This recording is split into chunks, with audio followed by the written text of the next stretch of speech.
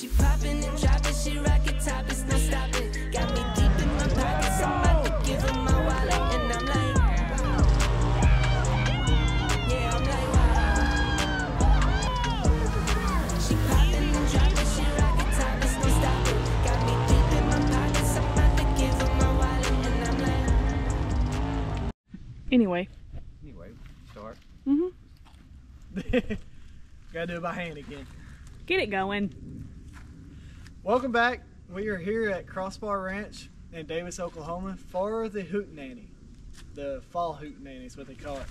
I'm racing the old KRX.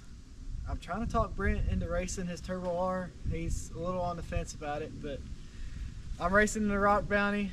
Right now we are here at Dead Man Slide. I don't know if we're going to climb it today because it is our first day, but we just got here a couple hours ago, so we're gonna watch some drag racing,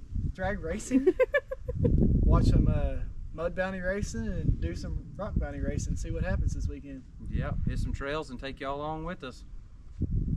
All right, let's go with the hill number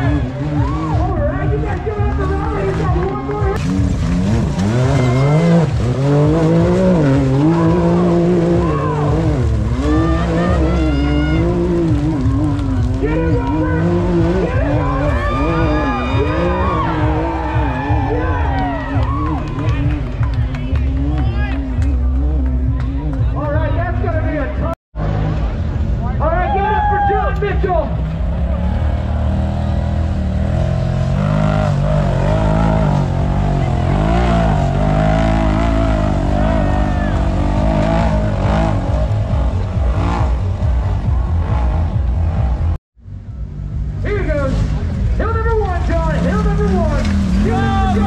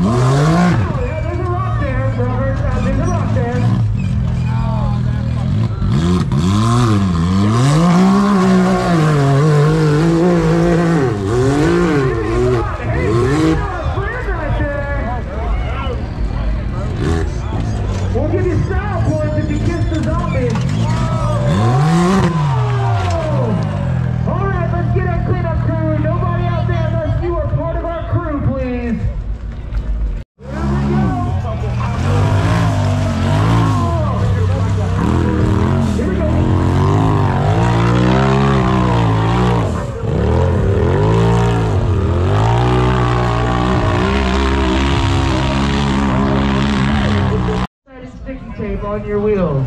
This racer's wheel fell off, so he's stuck at the top. Oh, damn. Are we ready to do All right, this? y'all. Here comes Tanner.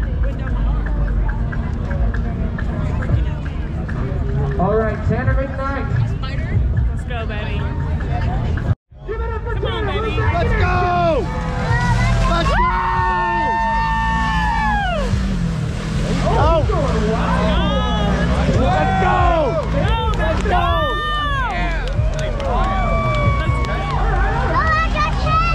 All right. Come on. Man, what a crowd we have Come on, here. baby. This is absolutely incredible. Come on. Let's go! Let's go! Let's go!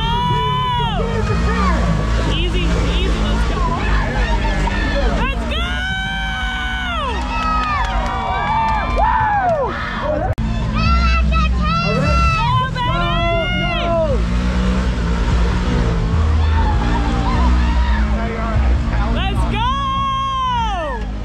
Let's go!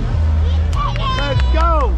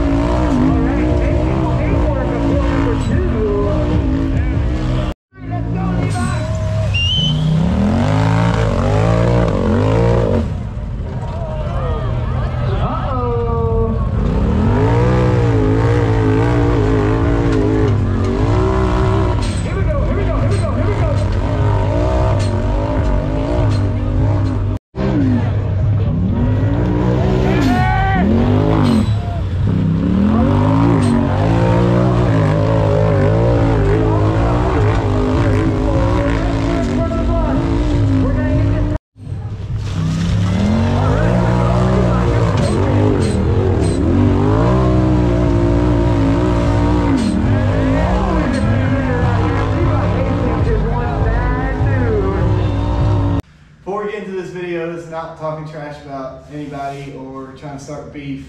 Nothing like that. This is just our experience with the rock bounty racing in the Hootenanny. And I guess kind of the hoedown too. Yeah, because we did that back in the spring. So the timing system they have, it's not a very good timing system. So we actually had our own timer this year because they literally just time off an iPhone on the stopwatch on your iPhone. And we had our own timer, and like only 3 of the times were in a decent, what I call, range of being the same. The rest of them were completely off. And the rules starting this race was if you didn't come down the right line, you were disqualified. Well, then Brent, on his first hill coming down, he missed a hill. Race should have stopped right there, disqualified if you go by the rules. But the people that host the race, they weren't paying attention. They were too worried about putting on a party for the crowd as a race is going on that is paying out money. And he didn't notice it. So after the race, it was just a deal. Somebody walked up and told him, hey, he didn't hit the right line coming down. He's like, oh, well, instead of disqualifying you, we're just going to give you a 20-second penalty since you finished the race. Yeah, and I mean, I don't necessarily disagree with that. When we had the opening meeting, there was never any talk about penalties or anything like that. It was just you race the lines or you're out. Yeah. And I did miss the line. They give me a 20-second penalty. I did take a longer route around, so I think it was probably fairly equal to coming down the right line or the longer line. But what got me is to come down the line, they had a white bucket with one piece of red like tape that went kind of up the hill, and they put this white bucket on a full hill that's solid white rock. Yeah. And I just didn't see it. I knew I had to stay more left. I came down the hill, was thinking I was good. I actually didn't even know that I was on the wrong side of the line until I got all the way to the bottom of the hill and realized that I was on the other side of the tape. So it was way too late. In my mind, I was like, okay, they said if you miss the line, you're disqualified. And then the next thing I know, they had the hill lit up. So I was like, okay, we're still on to go race. So I finished the race out, ran a good time, a time that was in the top 3, and actually got kicked out of the top 3 and kicked out of the money because they then decided just to give me a penalty instead. So, and that's my thing. Like, it goes back to the driver's meeting. If you miss the line, you're disqualified. When he missed the line, they should have been paying attention and stopped the race, because it was at night, so they had each hill lit up, 1, 2, 3, 4, whichever one you had to hit at that time. They should have unlit the hill, flagged him down, stopped. Right, cool. That's a lot easier pill to swallow, in my opinion, than letting you finish out the whole run and then they figure out later that you went the wrong way. yeah, I mean, and it wasn't just me. They did the night race this time instead of a day race, so they were banking on the fact of lighting the trails up. I think there was 2, maybe 3 different racers that the generators had went out and everything went dark and completely shut off. I believe that was a big disadvantage to a couple of the guys that probably could have ran better times. You can't see, you didn't know what hill to hit until, you know, unless you had it memorized. So they didn't have their stuff together, and it seemed like they were more worried about the laser show and the party, which is fine. You're there to entertain people. But when you start putting people on the line with a cash payout, I mean, the fact that we went from no penalty to a penalty kicked me out of, you know, $750 to $500. Yeah. Depending on which way that could have went out with the times. So, you know, that's a big difference. And, you know, and we're beating on our machines, which we know that. We knew that signing up. That's not the problem. But the other people were involved too, just with lighting and timing. And I know there's a big discrepancy last year or earlier this year when they had the hoedown over a timing system, and so it seemed to be the same problems again this year. Yeah, and it's just I don't know, it's, if you're gonna have a race with a payout, pay attention to the race, have all your ducks in order, get a legit timing system. If we're just out there racing for the fun of it, we'll go off a stopwatch, who cares? But you need to have a legit timing system that works off a laser beam, and pay attention to the race. Like, pay attention to him missing the line. And then like the very last guy that went, he completed all 4 of his hills, and then he wanted the people commentating the race wanted to turn around and be like, oh, you still gotta hit this other hill. I'm like, no, he's done. Like, we're out here risking completely totaling our machines out and possibly hurting ourselves, and you're too worried about the party. Like, Yeah, but you can party after the race. Yeah, it's just kind of a big letdown because that draws a big crowd, and Yeah. out of all the races they have, that race draws the most people to it. The sand drags are pretty popular with the certain groups. You know, the mud bounty brought a decent crew, but when you fill up the whole side of Rockface and every single empty spot you can park a side by side, then that tells you right there that the people are there to watch that race and to watch that carnage.